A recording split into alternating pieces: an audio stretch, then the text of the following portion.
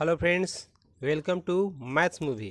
और फ्रेंड्स, आज हम लोग 10वीं बोर्ड के इतिहास विषय के अध्याय 2 चैप्टर में जो है समाजवाद एवं साम्यवाद, इस पर चर्चा करेंगे। तो इससे पहले हमने 10वीं बोर्ड के भौतिकी विषय और गणित का पूर्ण रूप से A to Z चैप्टर का वीडियो बना दिया है, तो वहाँ पर जा कर के देख करके आप लाभ प्राप्त कर सकते हैं और एग्ज़ाम में अच्छे मार्क्स ला सकते हैं। यहाँ पर आज हम लोग समाजवाद की चर्चा करेंगे। तो यहाँ पर देखते हैं कि समाजवाद से संबंधित कुछ फैक्ट्स है, इसको बिंदुवार और एक तरह से टॉपिक वाइज करके लिया गया है। हर चीज़ को अच्छे से और शॉर्ट में समझाने का प्रयास करेंगे। एक तरह से ये वीडियो आपको गागर में सागर के रूप में काम करेगा। निश्चित रूप से यह आपको बहुत एग्ज़ाम में फ़ायदा दिलाने वाला है। तो समझेंगे यहाँ समाजवाद का पहला प्रयोग तो 1827 में हुआ था। इसका उद्देश्य क्या था? तो सामाजिक और आर्थिक समानता की बात करता है समाजवाद। ठीक है, समाजवादी का मानना है कि उत्पादन निजी लाभ के लिए न होकर समाज के लिए हो। इसमें उत्पादन के साधनों एवं पूंजी पर राज्य का नियंत्रण हो। एक बार फिर से देख लीजिए, समाजवाद का प्रयोग 1827 में हुआ। इसका उद्देश्य सामाजिक और आर्थिक समानता है। समाजवादी का मानना है कि उत्पादन के निजी लाभ के लिए न होकर समस्त समाज के लिए हो। इसमें उत्पादन के साधनों एवं पूंजी पर राज्य का नियंत्रण होता है। कहने का मतलब है फ्रेंड्स कि इसमें व्यक्तिगत लाभ की बात नहीं किया जाता है, बल्कि संपूर्ण समाज और उसके फायदे के लिए बात किया जाता है। बात ऐसा है कि समाजवाद एक नई विचारधारा जो आधुनिक काल में समाज को एक नया आयाम प्रदान कर दिया। कारण था इसका कि 19वीं शताब्दी में जो औद्योगिक क्रांति हुए, उसके फलस्वरूप जो पूंजीपति वर्ग थे और पूंजीपति वर्ग के द्वारा मजदूरों को लगातार शोषण करने लगे लोग। और क्या हुआ कि मजदूरों ने शोषण के विरुद्ध आवाज़ उठाना शुरू किया। अब इसमें क्या होता है कि यह क्या चाहता है, तो आवाज़ उठाने पर एक नए विचारधारा की भूमिका उत्पन्न हुआ। समाजवाद उत्पादन में मुख्यतः निजी स्वामित्व की बात न करके सामूहिक स्वामित्व की बात करता है। अतः समाजवादियों ने एक ऐसी अर्थव्यवस्था की कल्पना कर रहे थे जहाँ की उत्पादन के साधनों, कल कारखानों और विपणन में सरकार का एकाधिकार न हो करके एक ऐसी व्यवस्था हो जो कि पूरे समाज का उस पर अधिकार हो। तो यह समाजवाद के विषय में कुछ विशेष बातें थी। चलिए और भी बातें हम लोग इसमें देखते चलेंगे, सीखते चलेंगे। तो यहाँ फ्रेंड्स, जो समाजवाद है इसको हम 2 रूपों में करके यहाँ बांट करके देखेंगे। यहाँ पर देखते हैं कि समाजवाद थे एक स्वप्नदर्शी समाजवाद, जिसको यूरोपियन नहीं यूटोपियन समाजवाद या कार्ल मार्क्स के पहले का समाजवाद के रूप में हम लोग जानते हैं। और एक था साम्यवाद, जिसको वैज्ञानिक समाजवाद के रूप में हम लोग जानते हैं। तो अगर यूटोपियन की बात करें हम, स्वप्नदर्शी समाजवाद की, तो इसके प्रमुख चिंतक में सेंट साइमन थे, चार्ल्स फूरिये थे, लुइट ब्ला थे, रॉबर्ट ओवेन थे, जो कि समन्वय की बात करते थे। इंग्लैंड में समाजवाद का जनक रॉबर्ट ओवेन थे। ठीक है, इंग्लैंड में समाजवाद का जनक कौन थे? तो रॉबर्ट ओवेन थे। और लुई ब्ला जो थे, यह भी यूटोपियन समाजवाद के चिंतक थे, समर्थक थे। इन्होंने तो राजनीति में भी भाग लिया था। चलिए अब आगे हम लोग देखते हैं। तो आगे दूसरी तरफ बात करें कि वैज्ञानिक समाजवाद की बात करें हम लोग, तो वैज्ञानिक समाजवाद में ये इसके प्रतिपादक कौन थे? तो इसके प्रतिपादक या चिंतक कहें कार्ल मार्क्स थे। इनका काल कब से कब तक है? तो 1818 से 1883 तक है। जन्म कब वहाँ हुआ था? कहने का मतलब कि कार्ल मार्क्स का जन्म कहाँ हुआ? तो जर्मनी में हुआ। कार्ल मार्क्स का जन्म कहाँ हुआ? जर्मनी में। जर्मनी की राजधानी बर्लिन है। यह यूरोपीय महादेश में पड़ता है। पिता का नाम था हेनरिक। ठीक है फ्रेंड्स, इनके पिता का नाम क्या था? हेनरिक था। और आपको कुछ बता दें कि यह तो जो पिता थे इनके एक प्रसिद्ध वकील थे। इनके पिता क्या थे? प्रसिद्ध वकील थे। और जो कि बाद में ये किस धर्म के थे? तो ये आपको यहूदी परिवार से थे, लेकिन बाद में ये ईसाई धर्म स्वीकार कर लिए थे।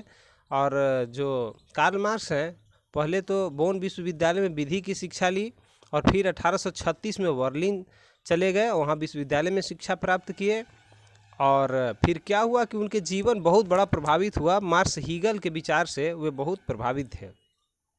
और फिर 1843 की बात करें, 1843 में उन्होंने अपने बचपन के मित्र जेनी से विवाह कर लिया था। आगे चलते हैं, इसका प्रभाव जो था किसका था कार्ल मार्क्स पर, तो रूसो का प्रभाव था, मॉन्टेस्क्यू का था और हीगल का था।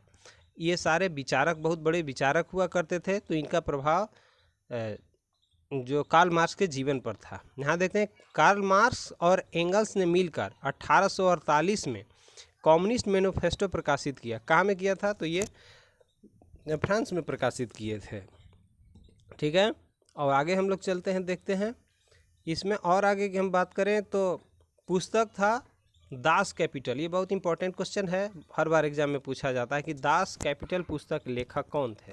तो दास कैपिटल पुस्तक के लेखक थे कौन, तो आपके कार्ल मार्क्स थे। कब लिखा गया ये, 1867 में, 1867 में दास कैपिटल लिखा गया।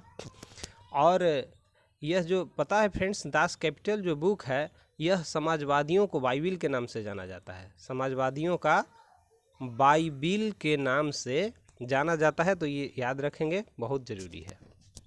आगे देखते हैं कि इन्होंने कथन क्या दिया, तो श्रमिकों को सिवाय उनकी बेड़ियों के कुछ भी खोने के लिए नहीं है, दुनिया के श्रमिक एक हो। इन्होंने नारा क्या दिया कि श्रमिकों को सिवाय उनकी बेड़ियों के कुछ भी खोने का नहीं है, दुनिया के श्रमिक एक हो, इन्होंने नारा दिया। मान्यता इनका क्या था, तो मानव इतिहास वर्ग संघर्ष का इतिहास है। ये मानते थे कि जो मानव इतिहास है जब से चला आ रहा है वह कुछ नहीं बल्कि एक वर्ग संघर्ष है।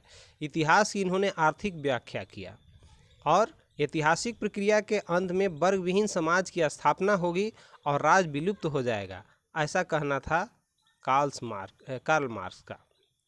आगे देखते हैं मार्क्सवाद का प्रसार कैसे हुआ, तो लंदन में 1864 में मार्क्स के प्रयास से प्रथम इंटरनेशनल की स्थापना हुई। इस सम्मेलन में नारा दिया गया, अधिकार के बिना कर्तव्य नहीं और कर्तव्य के बिना अधिकार नहीं। देखिए इसको याद रखिएगा, सेम टू सेम स्टेटमेंट।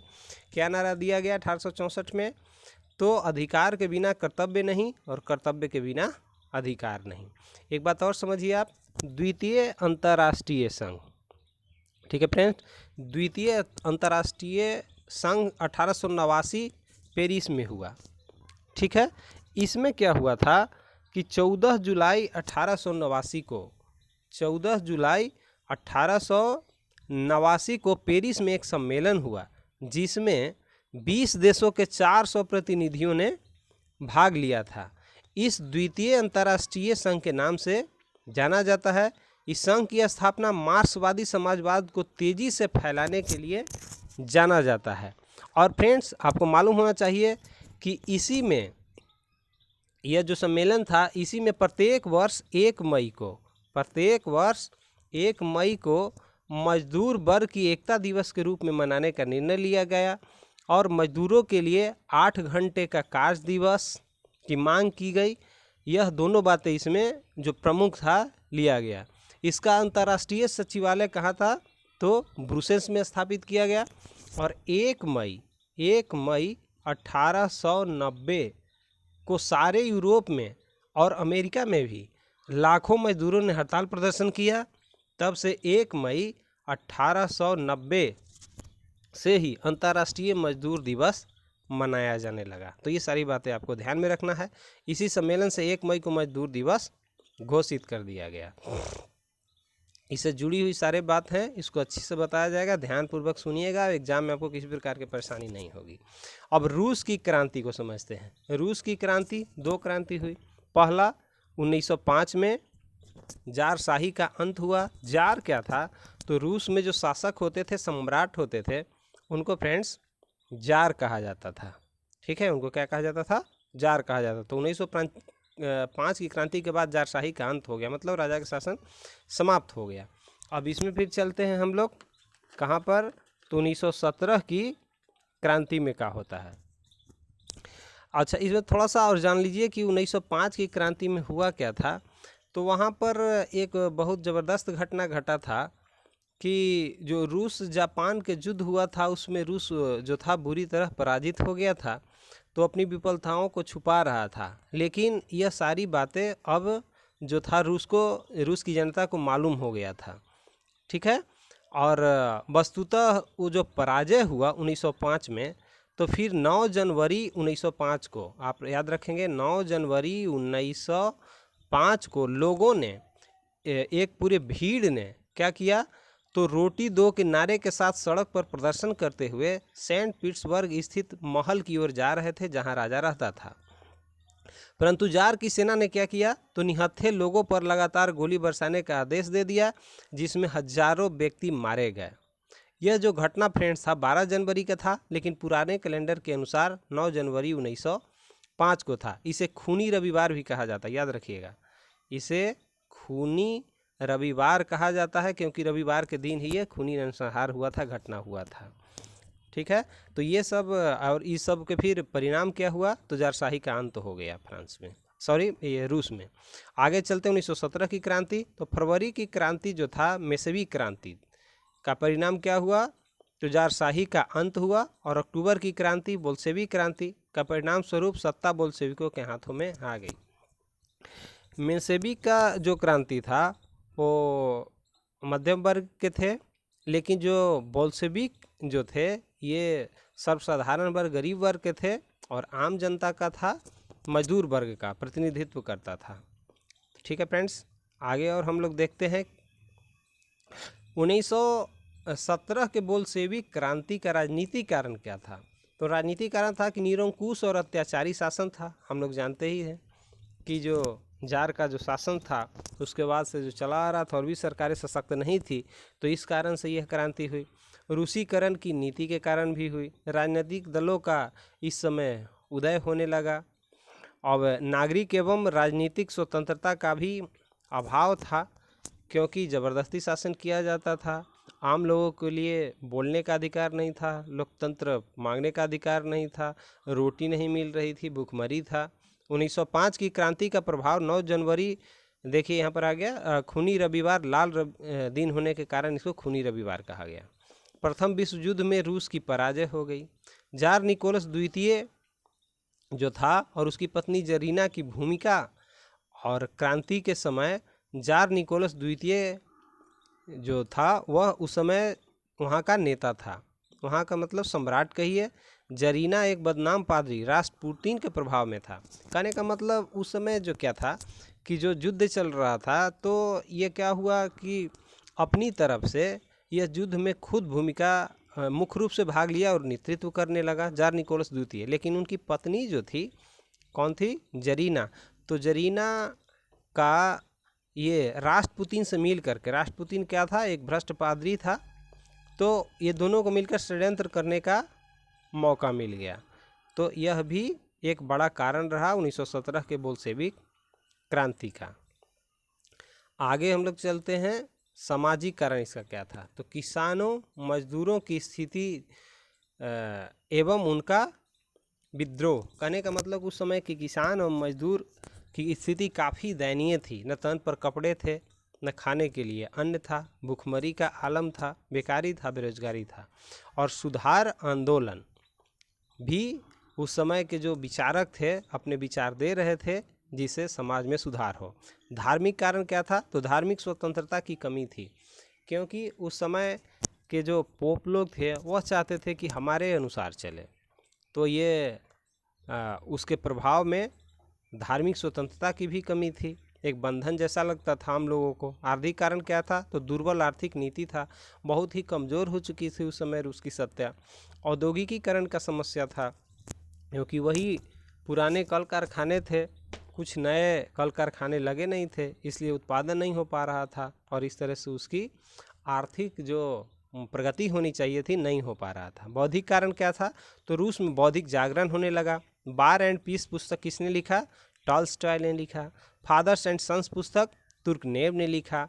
और मैक्सिम गोर्की के लिखा हुआ माँ किताब बहुत ही फेमस हुआ। ये सारे बुक, ये जो राइटर थे, इनका प्रभाव वहाँ की जनता पर पड़ा। अब बोल्शेविक क्रांति का महत्व के बारे में हम लोग देखते हैं। बोल्शेविक क्रांति का महत्व क्या था? तो फ्रेंड्स, विश्व की प्रथम सर्वहारा वर्ग की क्रांति, प्रथम साम्यवादी सरकार की रूस में स्थापना क्रांति के परिणाम। क्या? विश्व की प्रथम सर्वहारा वर्ग की क्रांति, प्रथम साम्यवादी सरकार की रूस में स्थापना क्रांति के यह परिणाम था। कौन सी क्रांति के? तो बोल्शेविक क्रांति के। सर्वहारा वर्ग क्या होता है? एक बात इसको आप ध्यान रखिएगा।